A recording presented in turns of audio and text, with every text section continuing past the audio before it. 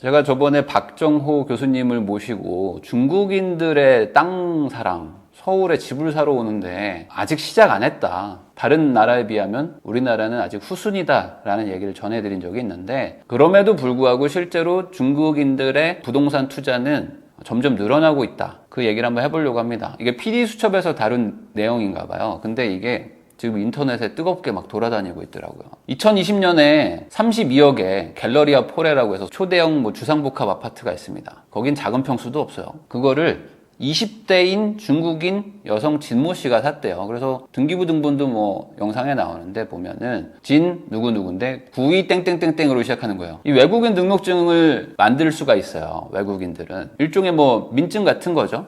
여기에 이제 외국인 등록번호가 들어가는데 그게 이 등기부에 적힌 겁니다. 그러니까 정말 20대인데 32억짜리 건물 사러 온 거예요. 집 사러. 근데 이분은 어떤 분이었나 보니까 부자시더라고.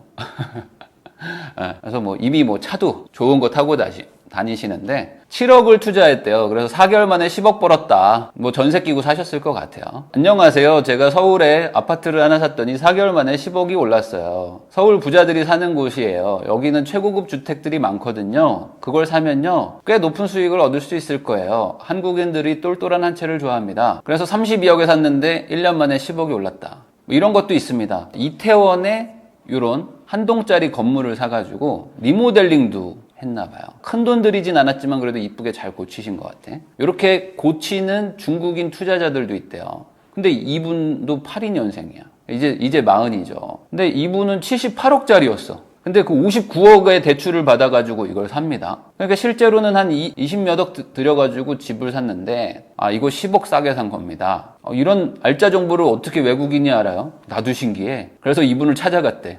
이거 왜 사셨어요? 그랬더니 이분은 송도의 펜트하우스에 살고 계시대요. 그 아파트에 한 채가 더 있어. 왜 샀어요? 라고 물어봤더니 그게요, 저기 슈돌 아세요? 네, 슈퍼맨이 돌아왔다. 거기 삼둥이를 송도에서 키우잖아요. 네. 근데 그거 보니까 송도가 좋아 보이더라고. 그러시구나. 그래서 송도로 왔어요. 그냥 이분이 어떤 대단한 투자 전략이 있었는지는 모르겠어요. 아니면 그냥 말만 이렇게 하는 건지 모르겠지만 실제로 송도에 와서 살고 있고 송도에 아파트를 2채를 산 거죠. 그리고 나서 이왕 한국에 사는 거니까 어떻게 해야 되겠어요? 월세나 이런 걸 또 받을 필요도 있잖아요. 수입이 필요하니까 이태원에 건물을 산 거죠. 아마 이태원도 그렇게 사지 않았을까요? 외국인들이 가장 편하게 투자하는 곳이 어디냐? 이태원 쪽이 좀 그런 게 좀 편하다.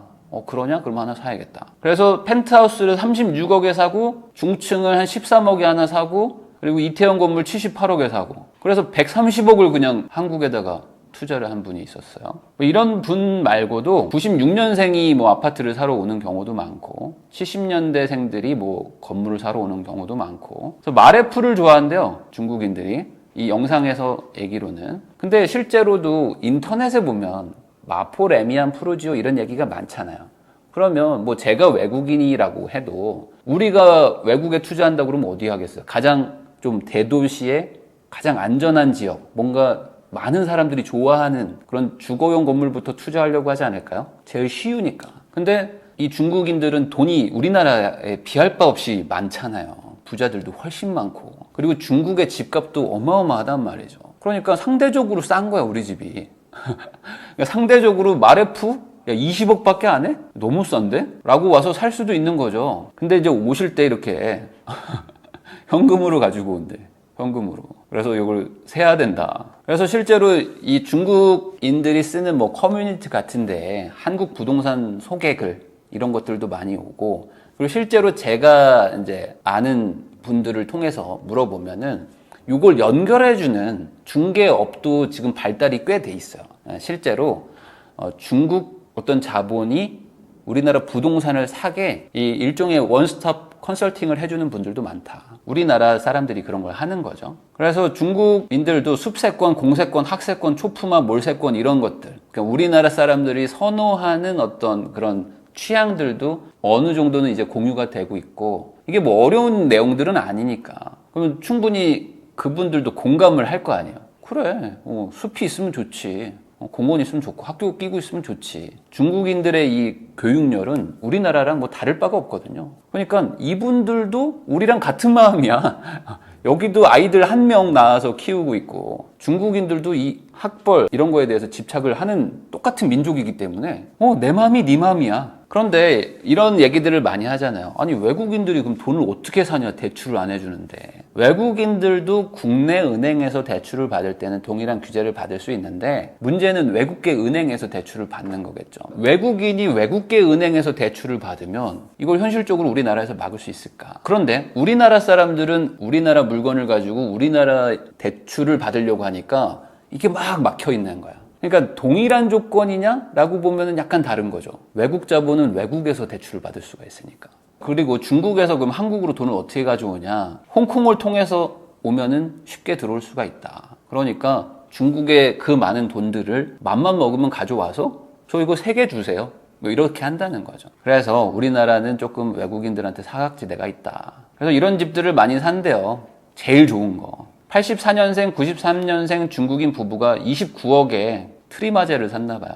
근데 2018년 7월에 23억이었는데 1년 만에 뭐 6억이 올랐다. 그 뒤로 이제 쭉 이렇게 거래가 됐다 이건데 여기 방송에서는 중국인이 산 시세로 굳어졌다 이렇게 얘기를 하는데 그건 아니고요. 요 1년 사이에 또 올랐어요. 올랐고 물론 요 분이 시세를 아주 많이 알아보고 산 건 아니겠지만 중국인이 샀다고 해서 그 다음에 이 가격이 유지되는 건 아니고 다른 아파트들 보면은 다른 데도 다 올라갔기 때문에. 근데 이제 많은 분들이 걱정하는 건 그거예요. 그럼 중국인들이 진짜 많이 사냐? 비율로는 그렇게 많지가 않단 말이죠. 근데 이제 증가세가 있고 이분들은 돈이 진짜 많으니까. 돈이 진짜 많은 분들이에요. 우리가 생각하는 수준이 아니란 말이지. 근데 이분들이 지금 아직은 관심 안 갖고 있는데 진짜 맘먹고 들어오면 어떻게 되는 거냐. 그게 걱정인 거죠. 외국인이 우리나라에 투자한다고 해서 무조건 나쁘다? 이 얘기를 하는 건 아닙니다. 이게 상대적인 규제에 차이가 있다는 게 문제인 거죠. 근데 왜 많은 분들이 걱정하냐? 특히 중국인들의 부동산 매수세를 걱정하냐? 그거는 다른 나라들에서 이미 어떤 사례들이 있기 때문입니다. 중국인들은 유독 땅과 건물을 사는 성향이 있는데 이 경제적으로 발전하면서 이 주체할 수 없는 돈을 해외 투자로 돌리고 있고 우리나라보다 먼저 유명하고 선진국들에서 이미 한번 이 사회적인 문제가 됐었던 거죠. 호주, 캐나다, 미국, 유럽 다 해서 한 번씩 휩쓸고 갔었단 말이죠. 근데 우리나라는 아직은 안 온 것 같은데 이제 오면 어떡하냐 하는 걱정. 그래서 호주에는 한 아파트가 400채인데 30채, 20채, 50채씩 산다. 그리고 150만 불인데 그러면 저 숫자 깔끔하게 200만 불로 30개 주세요. 이런 거죠. 또 이런 문제가 있는 거죠. 그러니까 이렇게 외국 자본이 만약에 들어오게 되면은 이게 더 이상 이제 국내 사람들끼리 아둥바둥 하고 있는 게 아니죠. 이게 글로벌 기준으로 가는 겁니다. 강남 집값이 비싸요라는 거는 한국 기준이지. 상하이보다 비싼가요? 라고 얘기하면 아닐 거 아니에요. 그러면 중국인들 입장에서는 야, 강남 집값이 뭐가 비싼데? 라고 생각을 할 수도 있잖아요. 근데 어차피 상하이에도 집을 가지고 있는 사람들 입장에서는 야, 이게 상대적으로 저평가 아닌가? 라고 생각하고 집을 사러 올 수도 있는 거고. 그러면 이제 외국 자본이 들어오기 시작하면은 국내 자본과 외국 자본이 더 합쳐지니까 이제는 예측할 수 없는 방향으로 가는 거예요. 그리고 아직은 수요가 좀 작습니다. 아직은 숫자 자체는 작은데 이제 미래에 이제 이런 일들이 더 커지면 그때는 막을 수 있는가? 그래서 지금 이제 기사들도 많이 나와요. 이 중국인이 우리나라에서 집을 가장 많이 사고 있다. 이거는 이제 통계에서 나오는 수치인데 어디를 많이 사냐? 수도권 서남부를 많이 산다고 합니다. 이쪽에 이제 중국계 인구들이 많이 모여 사는 거는 다들 아시잖아요. 구로, 이쪽 신도림, 대리, 건대 입구 이쪽도 많고요. 아직은 서울 서남부 쪽에 많아요. 그러니까 당연히 실거주 용도로도 많이들 사실 거고 투자 목적으로도 살려고 하겠죠. 근데 2013년도 이후부터 계속 1위를 유지하고 있대요. 근데 어느 정도 수준이냐 보면은 빨간색이 미국입니다. 녹색이 캐나다고요. 근데 요건 계속 줄어들고 있어요. 근데 중국 국적인 사람들의 매수세는 점점 늘어나고 있죠. 그러면 많은 분들이 또 이런 생각을 하실 거예요. 미국인들하고 캐나다인들도 많이 사는데 왜 중국인 가지고 뭐라고 하냐? 근데 생각을 해보세요. 캐나다랑 미국 국적은 진짜 순수 외국인일까? 이 미국 국적과 캐나다 국적은 검은머리 외국인도 많을 거예요. 그러니까 한마디로 한국 사람인데 우리나라 사람들이 미국이나 캐나다로 이민도 진짜 많이 갔고 그 국적도 바꾼 사람도 많아요. 근데 사실상 부모님이나 뭐 자식들은 또 이쪽에 사는 사람들도 많고, 사실상 이 과거 한국인들, 그런 분들도 진짜 서울에 집 많이 산단 말이죠.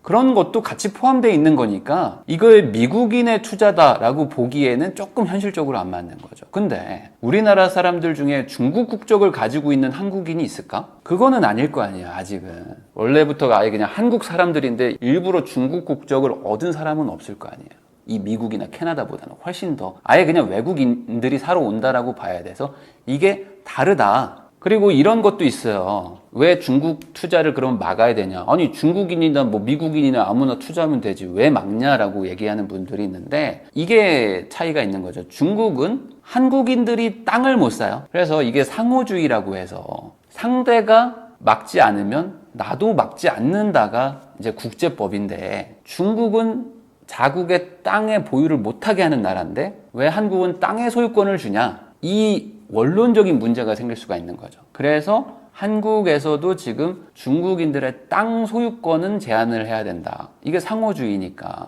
그래야지 되지 않겠냐라는 분위기가 있긴 있어요. 건물은 한국인들도 중국에 가서 살 수 있습니다. 그렇지만 땅은 못 사. 그러면 우리나라에 오는 중국인들도 건물은 살 수 있지만 땅은 못 사게 하는 게 서로 상호주의인데, 그게 서로 이제 어긋나니까 그럼 이런 걸 맞춰야 된다라는 분위기도 있는데, 어쨌든 아직까지는 중국인들이 뭐 호주, 캐나다, 뭐 유럽처럼 와서 막 대규모 투자를 하고 이런 분위기는 아니지만 시작될까봐 걱정하는 거예요. 시작될까봐. 그리고 오면 한두 개 사는 게 아니니까, 이분들은 오면 그냥 30개 사가는 사람들이니까 이거 어떻게 막을 거냐라는 걱정들을 국민들이 하고 있다. 정치인들은 이 부분에 대한 해결책이 있는지 모르겠어요.